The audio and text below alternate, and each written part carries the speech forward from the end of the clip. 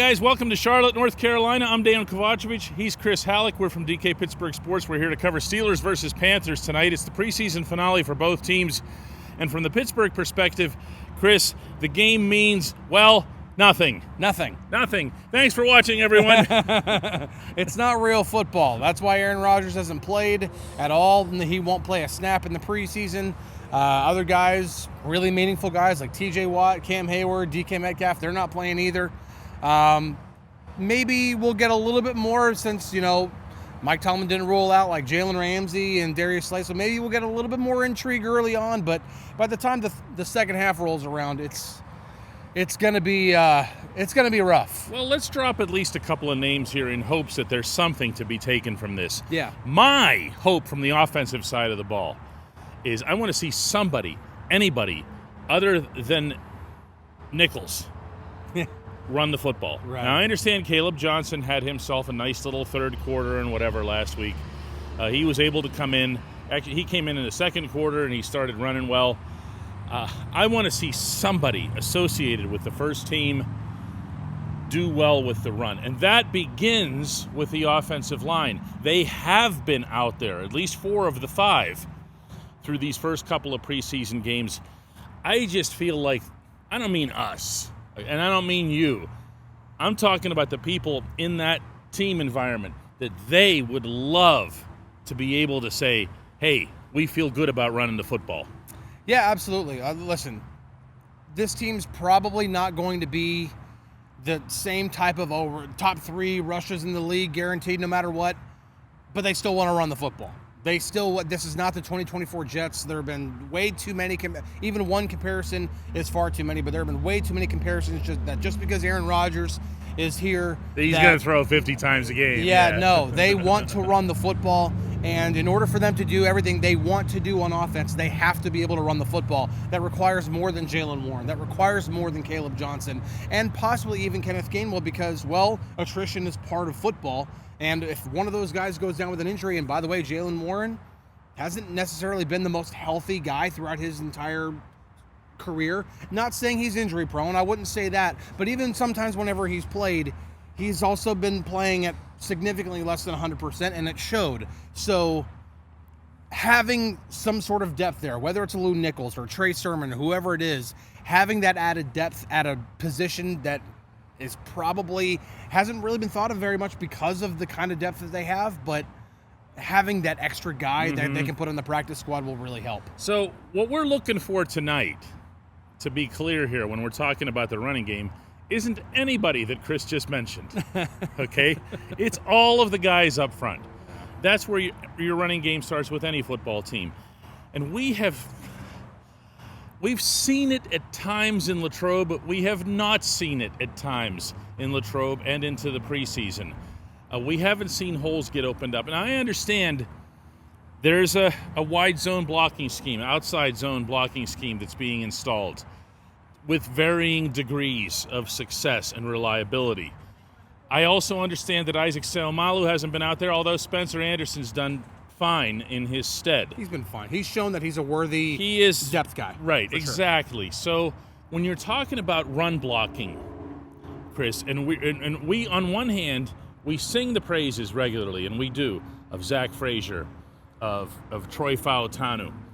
Well, we can't have it both ways. We can't be singing the praises of 2 or 3 of these guys, sometimes even 4, and then say, well, but run blocking is a big concern, because run blocking is supposed to be the easy blocking. Yeah, it really is. I mean, I think there's a misconception here that zone blocking is wussy blocking. That's not the case whatsoever. Run blocking is run blocking. Just because it's not a gap scheme and if a guard or a tackle or whoever it is covered up, that just means, oh, well, I'm covered up, so that's the guy that I go and block, and I can just hit him as hard as I can. No, that still requires technique just like zone blocking does. And so it still requires a lot of, I'm trying to find the right way to word this, balancing being the bigger guy, being the better of the guys going head to head, but then also being technically sound. Sometimes Broderick Jones he's a really good example. Sometimes he can just win because he's just big and strong. He's huge, yeah. But there will be times he loses because his technique isn't as fine-tuned as some of the other guys on the offensive line. So it's a balance, and you have to be able to find that not only individually but collectively, and that's where the zone blocking part of it comes into. Whether it's inside zone, outside zone, doesn't matter what it is. It requires cohesion, and that's the part. I think that's one of the reasons why you've seen the starting offensive line go 2 series at least in the first, and even in the last preseason game, they started the 3rd series. They did, and then as soon as the quarter changed from the first to the second quarter, they came out. Yeah. So they didn't even finish that 3rd series. So maybe tonight we'll see 3 series out of them, but that added cohesion has to be as ready as it can possibly be, so that by the time they go to New Jersey to play the other Jets, is that what we call them? That's what everybody should call them. That by the time they go to New Jersey for that opener, that this offensive line is ready to go to pave lanes for the running backs. Bottom line, run the football. Get it going. When we come right back, the other side. At DK Pittsburgh Sports, we take pride in coverage that connects our city's fans to their favorite teams. Now, that connection's stronger than ever. Introducing our all-new state-of-the-art app. Find expert inside reporting and original podcasts. Check live box scores. Track the latest stats. Chat it up with our community of thousands of fans, all in one place. The new app from DK Pittsburgh Sports. Coverage that connects. Funny thing about the offense, for all the question marks that come with it, they really don't have personnel decisions to have affected. You know what I'm saying? Like, you know who the 11 are, you know who the 12, 13 are, okay? On the defensive side, which everyone would agree is stronger, there are decisions to be made. One of those that might be the headliner, which is going to sound weird to you considering I think he's now 3rd or 4th string, is Beanie Bishop. Just a month and change ago, Beanie was your starting no-brainer. Well, no, not no-brainer, but presumed starter ahead of Brandon Eccles. Yeah. And then Eccles comes in and has himself a camp for the ages, and he renders that completely moot. Jalen Ramsey gets acquired. Now Beanie is here in Charlotte in the annual Carolina game that's not supposed to mean anything to anybody, and it probably means everything to him tonight. It absolutely does, and I think the one thing with Beanie Bishop is, listen, if the Steelers are going to hold on to him, he's got to do one of 2 things. Number one, he's got to show that he is he's an absolutely worthwhile guy to be on the roster to just play in the slot, which you're like, okay, well, Jalen Ramsey's going to, well, he's not going to always play in the slot. No. And what if Darius Slay goes out? What if Joey Porter Jr. goes out? Eccles can bounce out too. Eccles can bounce out. So if Ramsey ever has to leave the slot, you want to have a guy who can go in and be able to play, and that's what Beanie can do. He can try to show that. The other part that he can do is he has to show that he can play on special teams, that he can make some sort of splash there, because when you're talking about beyond the starters, yes, and you're talking about the depth, that's where, I mean, Mike Tomlin himself has openly said that depth guys have to be able to play special teams. Have to be. Otherwise, you make no sense on the roster. Exactly. So there's no room for CB5 or CB6 on the roster if you can't play special teams. So Beanie has to do something to make a splash on special teams to show that he is worthy of being one of those guys. And I'm skeptical of that. And you want to know something? You mentioned the word splash, and that's going to be a trigger point when it comes to Beanie, because he did have the 4 interceptions last season, 2 of Aaron Rodgers, by the way, in the same game. I would count one of them against Garrett Wilson. It hit him right in the number 5. He had 2 picks of Aaron Rodgers. Have I mentioned this yet? Beanie had the splash. So we knew of Beanie because he's from West Virginia, because there was a profile to him, undrafted guy, everybody's darling the previous summer.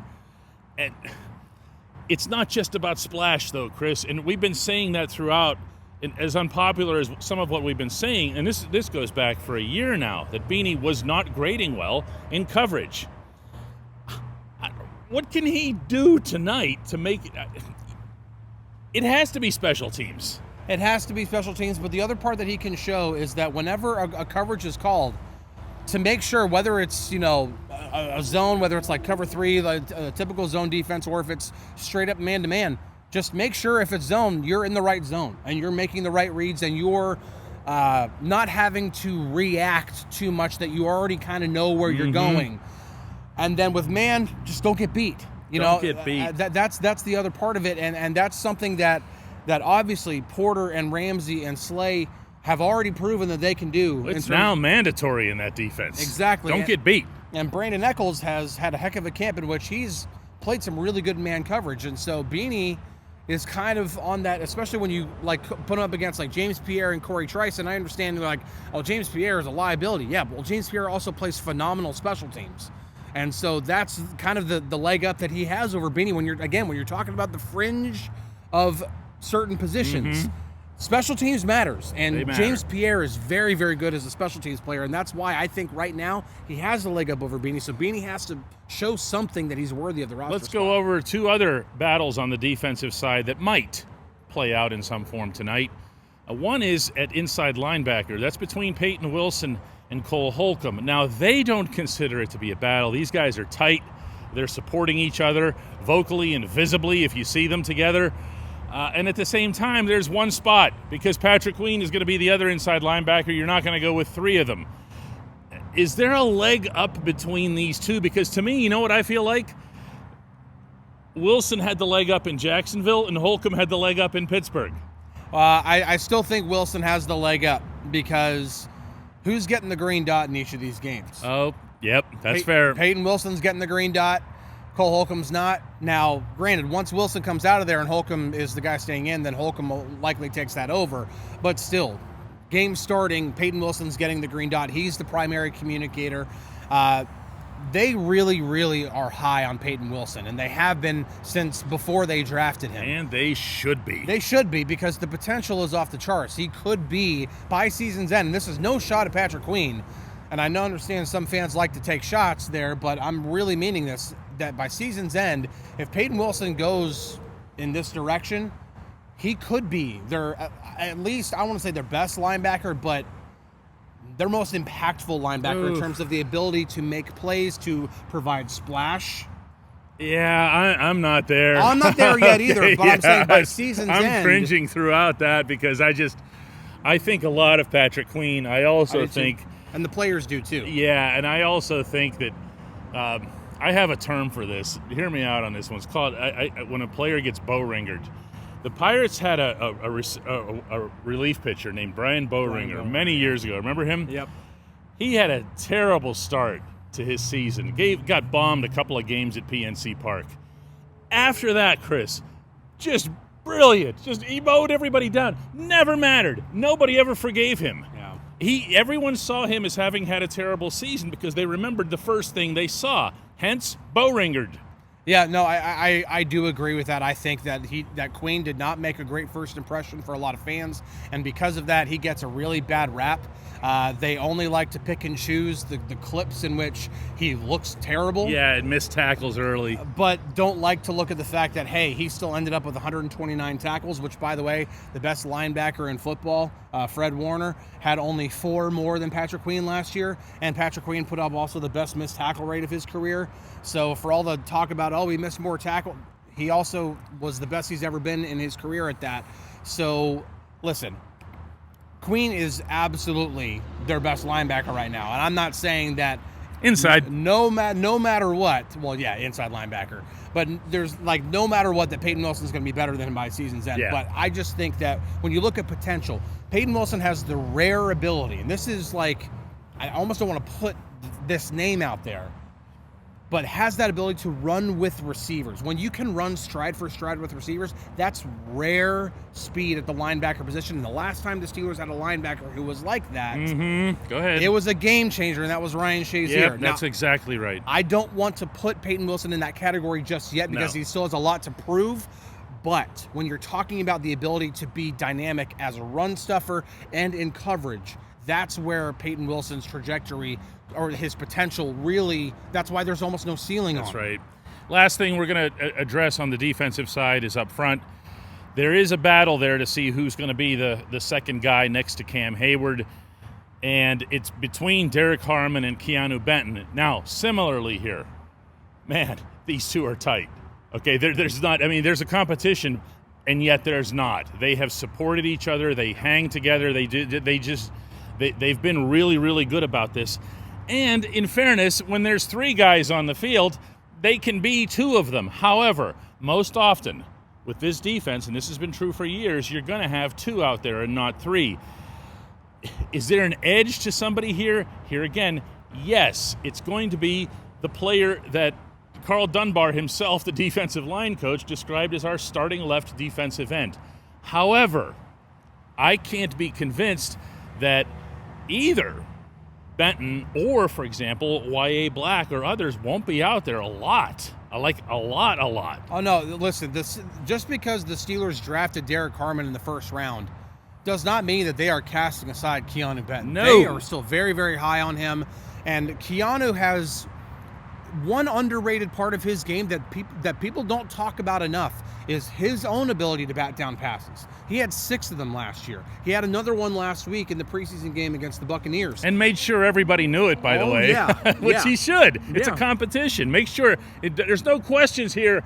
And look up at the press box. We got who had the batted pass there, right? Yeah, okay, good. Yeah, absolutely. Because listen, yeah, you want to get back to the quarterback. Sure, you always want to be able to get that sack or get a sack fumble or get the pressure where the quarterback gets hit and it's but you know what?